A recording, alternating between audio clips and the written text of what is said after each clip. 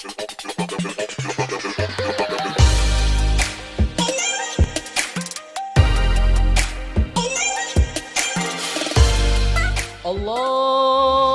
Akbar, Allahu Akbar, Allahu Akbar. La ilaha illallah. Salat Aidil Adha yang insyaallah dimuliakan dan dirahmati oleh Allah Subhanahu wa taala. Mengawali dalam kesempatan yang baik dan mulia ini, khatib senantiasa berwasiat khususnya kepada pribadi khatib dan umumnya kepada seluruh jamaah. Marilah sama-sama kita tingkatkan kualitas dan kuantitas keimanan dan ketakwaan kita kepada Allah Azza wa Jalla, yaitu bukan hanya sekedar bahwa sesungguhnya iman dan takwa bukan hanya sekedar diucapkan dengan lisan, akan tetapi juga mampu kita wujudkan atau kita realisasikan dalam kehidupan kita sehari-hari, yaitu dengan cara imtithalul awamir wajtinabin nawahi, yaitu menjalankan segala perintah-perintah Allah dan menjauhi daripada segala bentuk larangan-larangan Allah Subhanahu wa taala. Ma'asyiral muslimin, sedang salat Aidil Adha yang dirahmati oleh Allah Subhanahu wa taala. Gemuruh takbir, tahmid dan tasbih sejak kemarin sore senantiasa menggetarkan hati setiap jiwa yang beriman dan takut kepada Allah Subhanahu wa taala.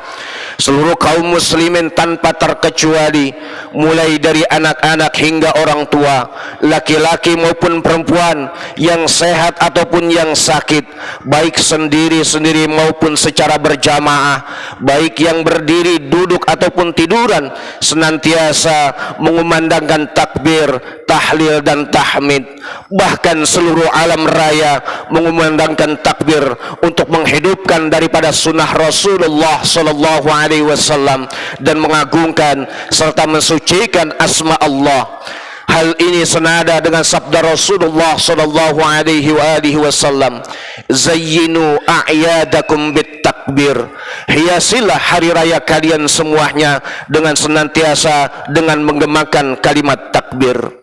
Ma'asyiral muslimin yang insyaallah dimuliakan oleh Allah Subhanahu wa taala, ketika kita membaca takbir Allahu Akbar, maka yang kita tanamkan adalah sebuah bentuk keyakinan di dalam hati kita yang terdalam bahwa sesungguhnya Allah memiliki sebuah keagungan dan kebesaran. Sesungguhnya hanyalah Allah yang maha besar dan yang maha agung, sedangkan selain daripada itu adalah kecil dan lemah. Segala hal yang sering kita bangga-banggakan selama ini berupa kekayaan harta, mobil yang mewah, rumah yang megah, kedudukan dan pangkat yang tinggi, semuanya adalah kecil dan tidaklah berarti apa-apa di hadapan Allah Subhanahu wa taala. Betapa banyak kisah orang kaya jatuh miskin mendadak, betapa banyak orang yang memiliki sebuah pangkat dan kedudukan diturunkan dari jabatannya dan menjadi orang yang biasa. Kedudukan pasti akan hilang, kekayaan pasti akan musnah, kecantikan pun akan habis, dan hanyalah Allah yang maha tetap dan maha agung selama-lamanya. Allahu Akbar, Allahu Akbar, Allahu Akbar, walillahil hamd. Hadirin yang dimuliakan oleh Allah Subhanahu wa taala, adanya perbedaan dalam penetapan tanggal 10 Zulhijjah bukanlah sebuah perbedaan yang signifikan bagi kita semuanya, sehingga kita menyurutkan semangat dan kekhusyuan kita dalam melaksanakan sebuah ibadah pada saat ini. Akan tetapi perbedaan-perbedaan yang ada menjadi sebuah rahmat lil alamin bagi kita semuanya, di mana di pagi hari ini kita masih diberikan sebuah kesempatan dan merasakan sebuah bentuk kebahagiaan meskipun kita dalam proses pemulihan dari masa-masa yang sulit. Tetapi alhamdulillah pada saat ini kita diberikan kekuatan oleh Allah Subhanahu wa taala serta berkumpul untuk melaksanakan salat Aidul Adha berjamaah untuk merayakan hari yang penuh dengan rasa bahagia ini. Pada tahun ini Sebagian saudara-saudara kita diberikan kesempatan oleh Allah Subhanahu wa taala untuk bisa menunaikan ibadah haji sebagai tamu Allah yang kita kenal dengan ad-duyufur rahman. Pada Jumat kemarin mereka telah berkumpul melaksanakan wukuf di padang Arafah dan sedang sekarang mereka di Mina untuk melaksanakan Jumratul Aqabah. Mereka dengan pakaian ihramnya berasal dari belahan dunia. Mereka datang dengan latar bangsa, ras, warna kulit, budaya serta strata sosial yang berbeda satu sama lainnya. Namun mereka memiliki sebuah tujuan yang sama, yaitu memenuhi panggilan dari Allah Subhanahu wa taala untuk menjadi tamu-tamunya serta bertauhid mengesahkan Allah semata-mata. Ma'asyiral muslimin, jamaah salat Idul Adha yang dimuliakan oleh Allah Subhanahu wa taala. Idul Adha adalah sebuah hari raya yang biasanya dilaksanakan atau dirayakan oleh umat Islam di seluruh dunia pada setiap bulan Dzulhijjah. Merupakan hari raya yang sangat identik dengan dua ibadah yang kita kenal dengan ibadah haji dan ibadah kurban.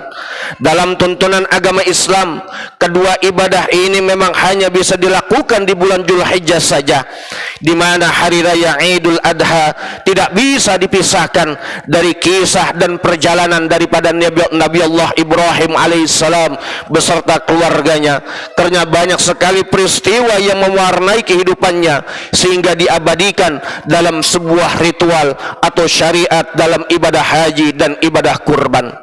Bagi kaum muslimin yang belum memiliki sebuah kesempatan menjadi tamu-tamu Allah untuk melaksanakan ibadah haji, mereka diperintahkan melaksanakan salat Idul Adha dan beribadah kurban sesuai dengan kemampuannya di mana saja mereka berada. Ibadah kurban yang dilaksanakan oleh kaum muslimin sebagai salah satu bentuk upaya mendekatkan dirinya atau taqarrub ilallah. Deskripsi sebuah kehidupan kaum muslimin ini menggambarkan sebuah bentuk korelasi kuat antara orang yang melaksanakan ibadah haji dan kita yang tidak pergi ke Baitullah. Oleh karena itu, kita melaksanakan salat Idul Adha dan beribadah kurban pada hakikatnya adalah sama, sebagai sebuah bentuk kesadaran memenuhi perintah Allah dan Rasulnya. Allahu Akbar, Allahu Akbar, Allahu Akbar, walillahil hamd. Hadirin wal hadirat yang dimuliakan oleh Allah Subhanahu wa taala. Ibadah kurban adalah sebuah ibadah yang merupakan salah satu ibadah yang teramat penting dalam ajaran Islam. Ibadah ini memiliki sebuah pondasi yang kuat dan memiliki akar sejarah yang terpanjang dalam tradisi Nabi dan Rasul-Rasul terdahulu. Ajaran kurban dan prakteknya telah ditunjukkan secara estafet oleh para Nabi dan Rasul sehingga sampai kepada kita umatnya Rasulullah sallallahu alaihi wasallam. Nabi Allah Ibrahim alaihissalam dikenal sebagai peletak batu pertama dalam ibadah ini.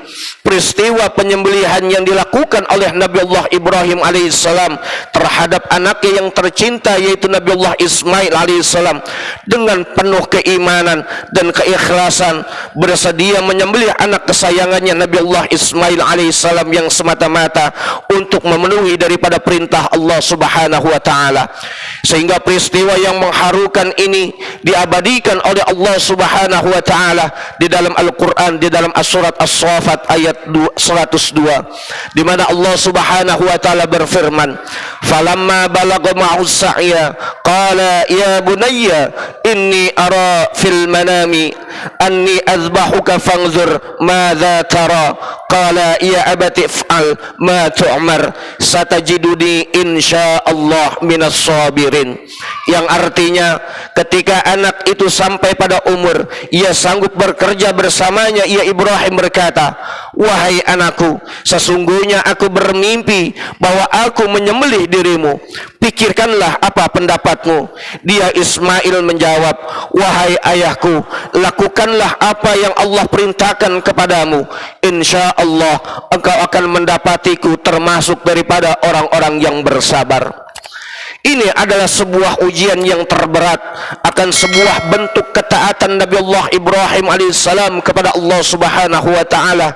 Di kemudian hari, bentuk pengorbanan ini menjadi sebuah tamsil, sebuah anjuran bagi umat Islam untuk yang mampu untuk bisa menyembelih hewan kurban setiap pada tanggal 10 Zulhijjah dan pada hari tasyrik, yaitu tanggal 11, 12 dan 13 Zulhijjah. Deskripsi daripada historis ini menggambarkan kepada kita semuanya bahwa keteguhan hati, keyakinan dan akan sebuah kebenaran perintah dari Allah Azza wa Jalla, keikhlasan, ketaatan dan kesabaran ini adalah sebuah esensi yang melekat daripada ibadah kurban. Nilai-nilai ini telah diimplementasikan dengan baik oleh Nabi Allah Ibrahim alaihissalam dan putranya Ismail alaihissalam dalam sebuah peristiwa yang senantiasa diabadikan oleh Allah di dalam Al-Quran.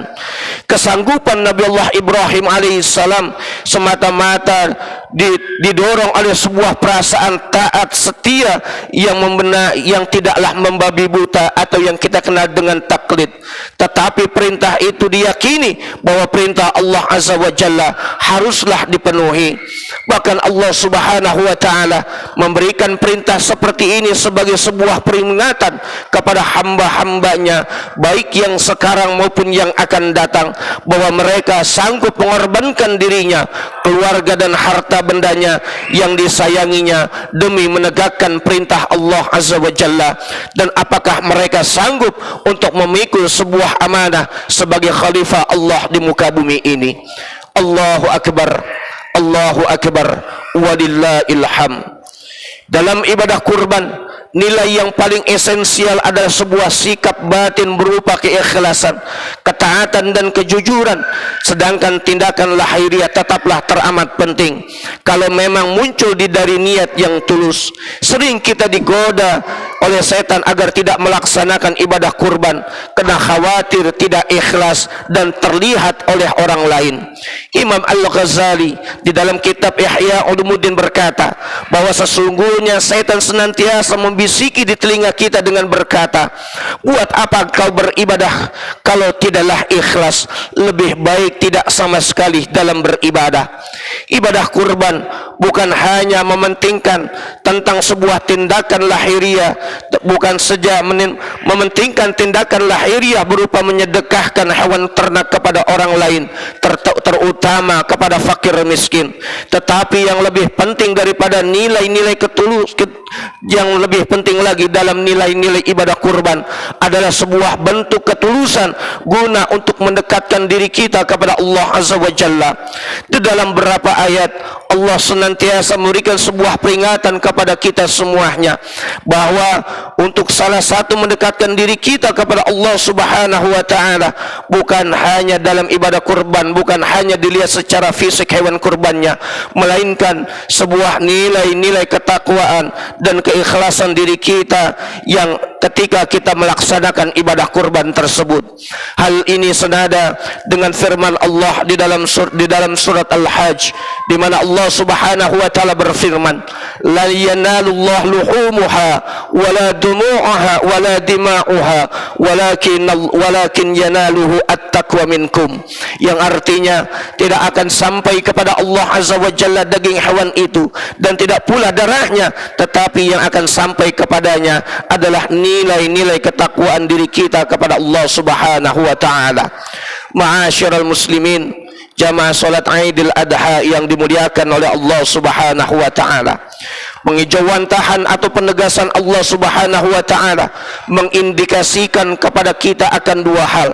Pertama, penyembelihan hewan ternak sebagai sebuah kurban merupakan sebuah bentuk simbolik daripada tradisi Nabi Allah Ibrahim alaihissalam dan merupakan sebuah syiar daripada ajaran Islam.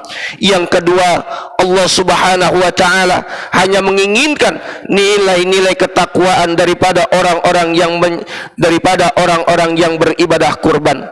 Indikasi ini sejalan dengan sebuah peringatan Rasulullah sallallahu alaihi wasallam, di mana Rasulullah sallallahu alaihi wasallam mengatakan, "Innallaha la yanzuru ila suwarikum wa amwalikum walakin yanzuru ila qulubikum wa a'malikum."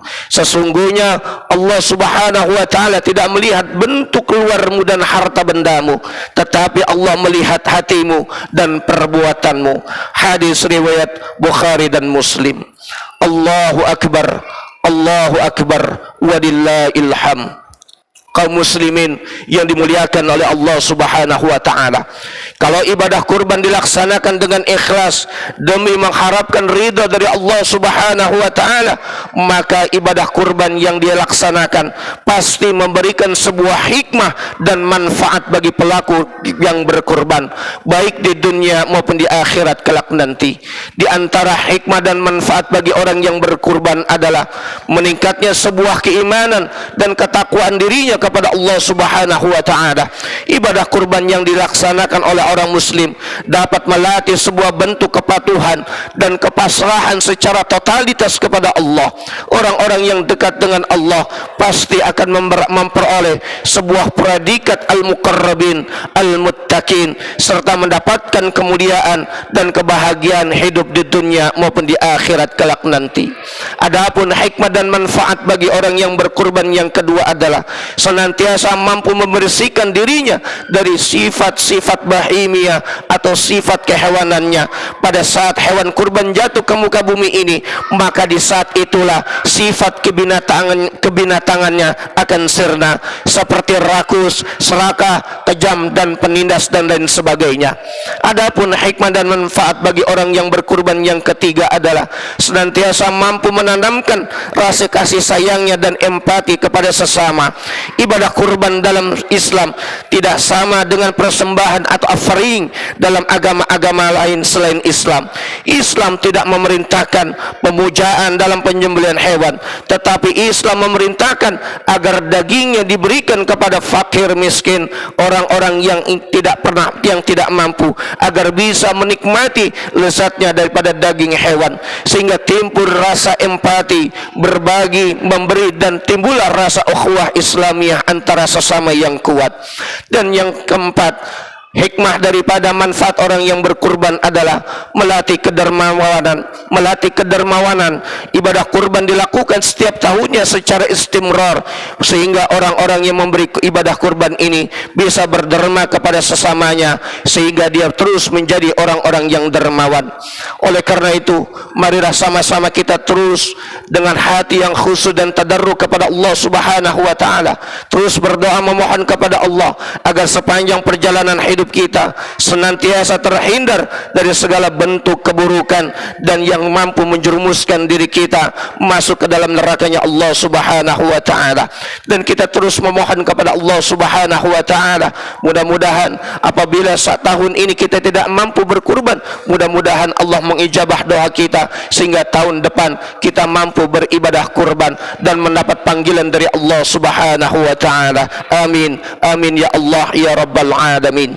Ja'alana Allah wa iyyakum minas su'ada'i maqbulin wa dakhalana wa iyyakum fi zumrati ibadil muttaqin. Barakallahu li wa lakum fil Qur'anil azim wa nafa'ani wa iyyakum bima fihi minal ayati wa dzikril hakim wa taqabbal minni wa minkum tilawatahu innahu huwas samiul alim. Allahu akbar, Allahu akbar, Allahu akbar, Allahu akbar, Allahu akbar, Allahu akbar, Allahu akbar. Alhamdulillah, alhamdulillahilladzi ala ihsanihi wa syukru lahu ala taufiqihi wa imtinaihi. Wa ashhadu an la ilaha illallah wahdahu la syarika lah wa ashhadu anna sayyidana Muhammadan abduhu wa rasuluh ad-da'i ila ridwanih. Allahumma salli ala sayyidina Muhammad wa ala alihi wa ashabihi wa sallim tasliman katsira. أما بعد فيا أيها الناس الحاضرون اتقوا الله فيما أمركم وانتهوا عما نهى واعلموا أن الله أمركم بأمر بدأ في بنفسه وثنى بملائكته بقدسه وقال تعالى إن الله وملائكته يصلون على النبي يا أيها الذين آمنوا صلوا عليه وسلموا تسليما اللهم صل على سيدنا محمد صلى الله عليه وسلم وعلى آل سيدنا محمد وعلى أنبيائك ورسولك وملائكة المقربين وارض اللهم عن خلفاء الراشدين سيدنا أبي بكر وعمر وعثمان وعلي وعن بقية الصحابة والتابعين التابعين لهم بإحسان إلى يوم الدين وارض عنا معهم برحمتك يا أرحم الراحمين اللهم اغفر للمؤمنين والمؤمنات والمسلمين والمسلمات الأحياء منهم والأموات اللهم أعز الإسلام والمسلمين وأذل الشرك والمشركين وانشر عبادك الموحدين وانصر من نصر الدين واخذل من خذل المسلمين ودمر أعداء الدين واعل كلماتك إلى يوم الدين اللهم ادفع عنا البلاء والوباء والزلازل والمحن وسوء الفتن والمحن ما ظهر منها وما بطن عن بلدنا هذا إندونيسيا خاصة وسائر البلدان المسلمين عامة إنك سميع قريب مجيب الدعوات يا قاضي الحاجات اللهم اجعل عيدنا سعيدا وعملنا صالحا رشيدا اللهم كما جمعتنا في هذا المكان فاجمع قلوبنا على كتابك وسنة نبيك وألف بين قلوبنا وأصلح ذات بيننا واهدنا سبل السلام وجنبنا الفواحش والفتن ما ظهر منها وما بطن اللهم انصرنا فإنك خير الناصحين وافتح لنا فإنك خير الفاتحين واغفر لنا فإنك خير الغافرين وارحمنا فإنك خير الراحمين وارزقنا فإنك خير الرازقين واهدنا ونجنا من القوم الظالمين ربنا آتنا في الدنيا حسنة وفي الآخرة حسنة وقنا عذاب النار عباد الله إن الله يأمركم بالعدل والإحسان وإيتاء ذي القربى وينهى عن الفحشاء والمنكر والبغي يعظكم لعلكم تذكرون فاذكروا الله العظيم يذكركم واشكروه على نعمه يزدكم ولذكر الله أكبر والله موافق إلى أقوام طارق والسلام عليكم ورحمة الله وبركاته